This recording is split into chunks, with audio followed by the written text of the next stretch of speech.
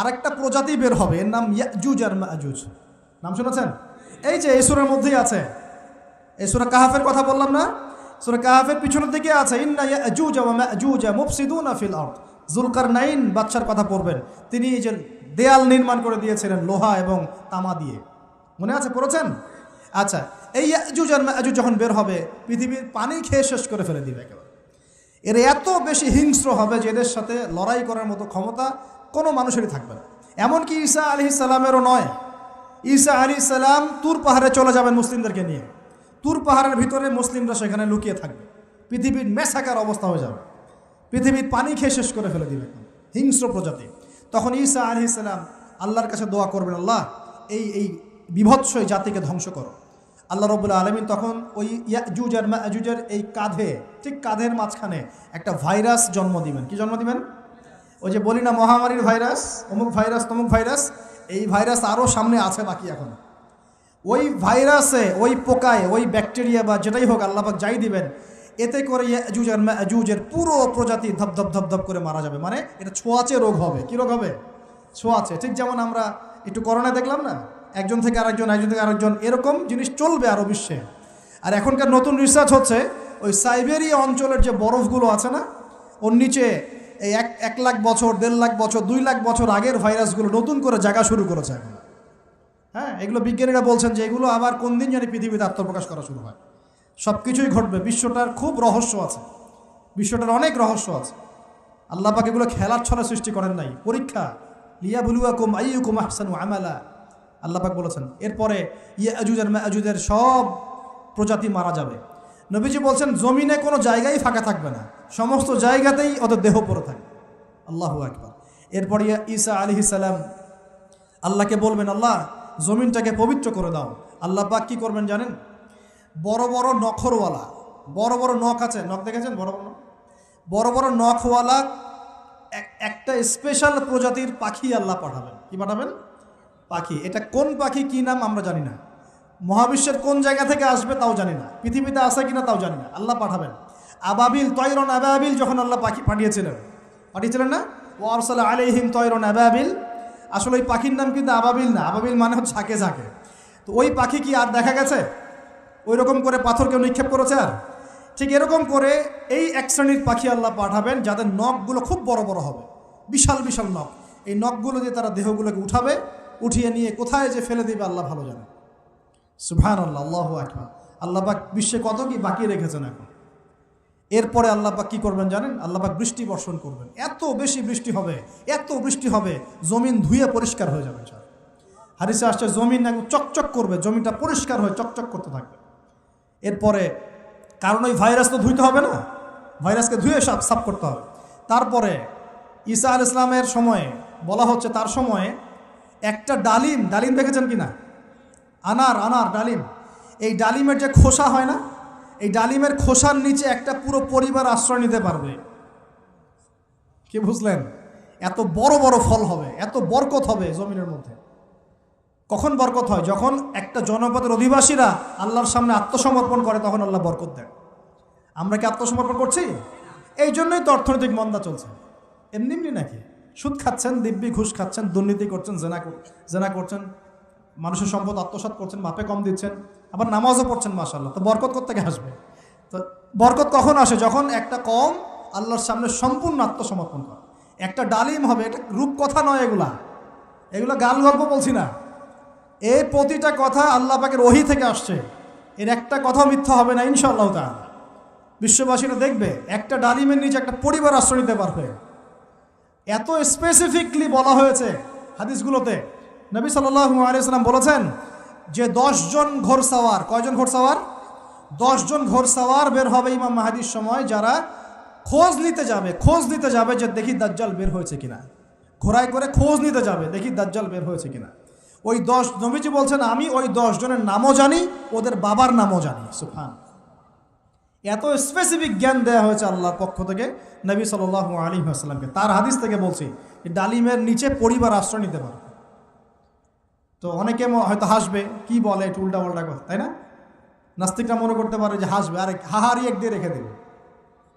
এখন মানুষ ফেসবুকের মতো চিন্তা করে, ফেসবুকের মতো হাসে, ফেসবুকের মতো কাঁদে, মানুষ এখন রোবটিক হয়ে গেছে, ঠিক আছে? আচ্ছা, তো এরপর কি? এরপরে বরকতের এই সময়টা শেষ হয়ে যাবে কখন? যখন মানুষ আবার সেই জেনা, পাপ, শিরিক, কুফর এগুলোতে লিপ্ত হবে। আল্লাহ রসুল বলছেন এমন একটা মানুষও বাকি থাকবে না, একটা মানুষও না যে খালি লা ইলাহা ইল্লাল্লাহ কালিমাটা পড়তে জানে, এমন একটা মানুষও বাকি থাকবে না। বলেন নাউজুবিল্লাহ। ওরা হবে এই পৃথিবীর সবচেয়ে নিকৃষ্ট মানুষ। ওদের চেয়ে নিকৃষ্ট কোনো মানুষ এই পৃথিবীতে হবে না। এখনও কি এরকম সময় আসে নাই? এখন কি লা ইলাহা ইল্লাল্লাহ আছে না? পূর্ণাঙ্গ প্রয়োগটা নাই, কিন্তু কালিমা তো আছে কি না? তখন নবীজি বলছেন এমন একটা যুগ আসবে যে লা ইলাহা ইল্লাল্লাহ বলার মতো একটা মানুষ খুঁজে পাওয়া যাবে না। আর মানুষ রাস্তাঘাটে কুকুরের মতো জেনা করবে। রাস্তাঘাটে কুকুর যেমন সঙ্গম করে না রাস্তাঘাটে, ওই রকম করে মানুষ রাস্তাঘাটে জেনা করবে। ওই সময়ে আল্লাহ রাব্বুল আলামিন পশ্চিম দিক থেকে সূর্য উঠাবেন। কোন দিক থেকে? সূর্য সত্যি সত্যি পশ্চিম দিকে উঠবে। পৃথিবী একদিকে ঘুরছে না এখন? কে জানে আল্লাহ পাক পৃথিবীর ঘূর্ণন থামিয়ে উল্টা দিকে ঘোরাতে পারেন না? অবশ্যই পারেন। আল্লাহ পাকের জন্য এটা খালি বলা কুন ফায়াকুন, হও হয়ে যাও, ব্যাস। পুরো বিশ্বের বড় বড় ডিপার্টমেন্টগুলো কারা নিয়ন্ত্রণ করছে? আমরা নিয়ন্ত্রণ করছি? জি না। এমনকি খ্রিস্টানরাও নিয়ন্ত্রণ করছে না, বরং ওরাই নিয়ন্ত্রণ করছে। আপনাকে গভীরে ঢুকতে হবে তো। তার মানে সে আত্মপ্রকাশ না করলেও তার অনুসারীরা তো মাশাআল্লাহ শক্তিশালী হয়ে গেছে কি না? তার মানে সময় কাছে না দূরে? কাছে। এটা বোঝার জন্য কি ভবিষ্যৎবাণী করা লাগে? গণক হওয়া লাগে? জ্যোতিষী হওয়া লাগে? এটা বোঝার জন্য কোরআন সুন্নাহর সাথে শেষ জামানা স্টাডি করলেই হয়। Economics, world affairs, history study করলেই বুঝতে পারেন। হৃদয়ের চোখ খুলে যাবে ইনশাআল্লাহ তাআলা। আল্লাহ পাক বোঝার তৌফিক দান করুন। এখন সে বের হয়ে বিশ্বটাকে শাসন করবে ঠিকই, কিন্তু তার সাথে লড়াই করার ক্ষমতা ওই সময় মুসলিমদের থাকবে না। তখন আল্লাহ পাক পাঠাবেন ওই যে সত্যিকারের মাসিহ ঈসা আলাইহিস সালাম। কাকে পাঠাবেন? তিনি নামবেন সিরিয়ায়। কোন দেশে? সিরিয়ার দামেশকে তিনি নামবেন। দুজন ফেরেশতার কাঁধে ভর দিয়ে, তখন তার চুলগুলো দিয়ে টপ টপ করে মুক্তার মতো পানি ঝরতে থাকবে, এমনটা হাদিসে বলা হয়েছে। সুবহানাল্লাহ, সুবহানাল্লাহ। এত স্পেসিফিকলি হাদিসে বলা হয়েছে এটা হবে, এইটা হবে, ওইটা হবে, একদম স্পেসিফিকলি। তারপরে ঈসা আলাইহিস সালাম তিনি যখন ওই মুসলিমদেরকে পেয়ে যাবেন, তাকে ইমামতি করতে বলা হবে। ঈসা আলাইহিস সালাম বলবেন, না, আমি ইমামতি করতে পারবো না। ইমামতি এই উম্মতের জন্যই করা হয়েছে। বলেন সুবহানাল্লাহ। আমাদের ইমাম ইমামতি করবেন, তিনি পিছনে মুক্তাদি হবেন। একজন নবী মুক্তাদি হবেন আর ইমাম ইমামতি করবে। চিন্তা করতে পারেন? এরপর নামাজ শেষ হওয়ার পরে বলবেন তিনি, দরজা খুলে দাও, দরজা খুলে দাও। এটার ব্যাখ্যা আমার কাছে মনে হয় হয়তোবা তখন অবরোধ থাকবে, অবরোধটাকে তিনি ভেঙে দিতে বলবেন হয়তোবা, আল্লাহ ভালো জানেন। কারণ দরজা খুলে দাও এর ব্যাখ্যা কী হতে পারে? কিসের দরজা খুলে দাও? কিসের বাঁধন খুলে দাও? নিশ্চয় একটা বাঁধনে মুসলিমদেরকে বেঁধে ফেলা হবে। তিনি ওটার বিরুদ্ধে মুসলিমদেরকে ঝাঁপিয়ে পড়তে বলবেন। তখন দাজ্জালের সাথে তার দেখা হবে।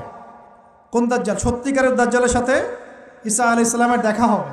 এবং ঈসা আলাইহিস সালামকে দেখা মাত্রই দাজ্জাল গলতে শুরু করবে। কি করবে? গলতে শুরু। লবণ যেমন গলে যায় না তাপ দিলে, এমন করে গলতে শুরু করবে। এবং ঈসা আলাইহিস সালামের নিঃশ্বাসে আল্লাহ পাক একটা অন্যরকম ক্ষমতা দিবেন।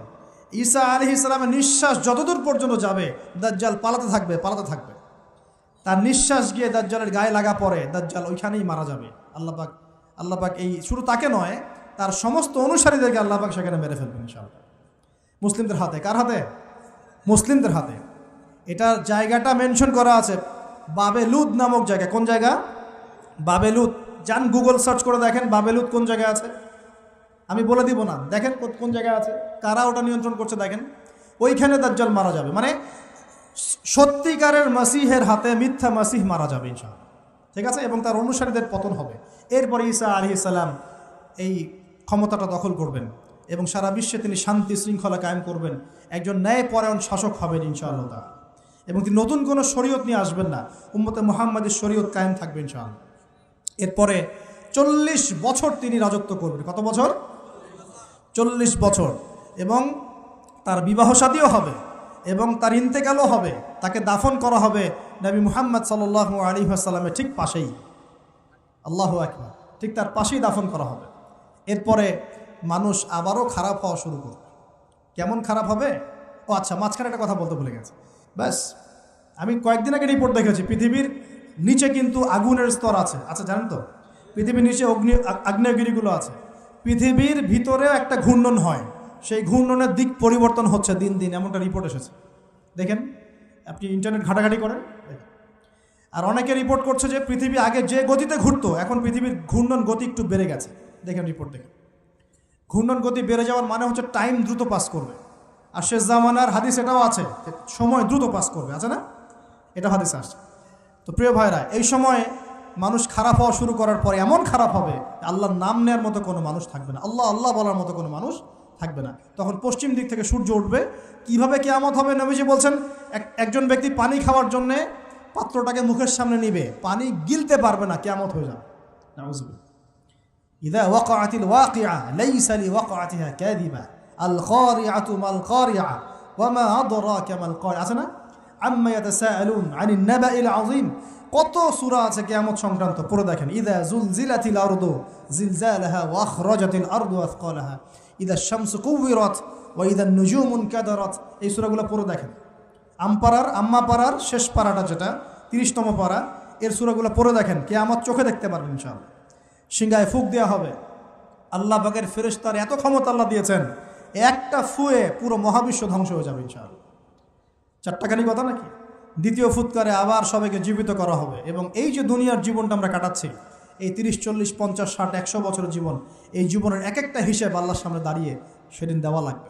অতএব এই দুনিয়ার জীবনটাতে প্রস্তুতি গ্রহণ করি, 5 ওয়াক্ত নামাজ পড়ি, যাকাত দেই, কালিমা বোঝার চেষ্টা করি, আল্লাহ তাওহীদ শিখি, জানি, বুঝি, নবীর সুন্নত অনুযায়ী আমল করি, হালাল খাই, পরিবার গড়ি, মানুষকে সৎ কাজে দাওয়াত দেই, অসৎ কাজে নিষেধ করি, ইসলামকে আল্লাহর জমিনে প্রতিষ্ঠা করার চেষ্টা করি। আল্লাহ পাক যা দিয়েছেন, জানমাল, সময়, শ্রম, আল্লাহ পাক যা দিয়েছেন, ক্ষমতা, প্রতিপত্তি, সম্পদ, এগুলোকে আল্লাহর দিনের জন্য ব্যয় করি। ইনশাআল্লাহ দুনিয়া সফল হব, পরকালে সফল হবে ইনশাআল্লাহু আযজা ওয়া জাল। আল্লাহ পাক আমাদের সবাইকে সমকালীন ফিতনাগুলো সম্পর্কে সচেতন থাকার তৌফিক দান করুন, এবং এই রমজান, আসন্ন রমজানে পরিপূর্ণরূপে ইবাদত করার তৌফিক দান করুন, এবং এই ইবাদত এবং শিক্ষাগুলোকে সারা বছর ধরে রাখার তৌফিক দান করুন, এবং জামানা সম্পর্কে সচেতন থেকে আগামী দিনে যা হবে সেভাবে পদক্ষেপ নেওয়ার তৌফিক আল্লাহ পাক দান করুন। আমিন।